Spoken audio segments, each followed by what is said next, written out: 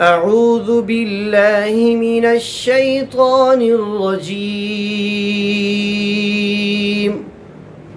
بسم الله الرحمن الرحيم.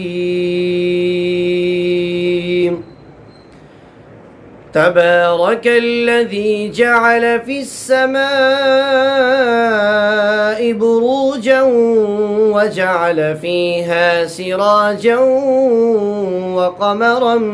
منيرا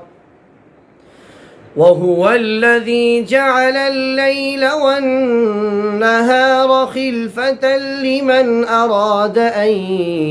يذكر أو أراد شكورا وعباد الرحمن الذين يمشون على الأرض هونا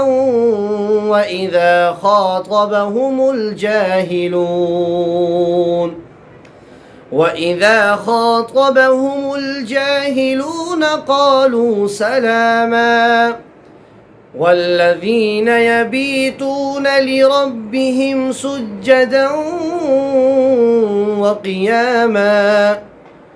والذين يقولون ربنا اصرف عنا عذاب جهنم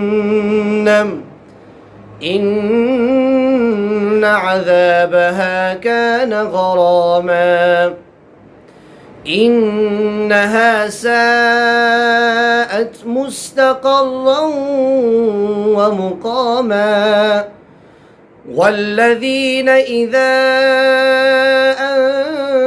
أنفقوا لم يسرفوا ولم يقتروا وكان بين ذلك قواما والذين لا يدعون مع الله إلها آخر ولا يقتلون النفس التي حرم الله إلا بالحق ولا يزنون ومن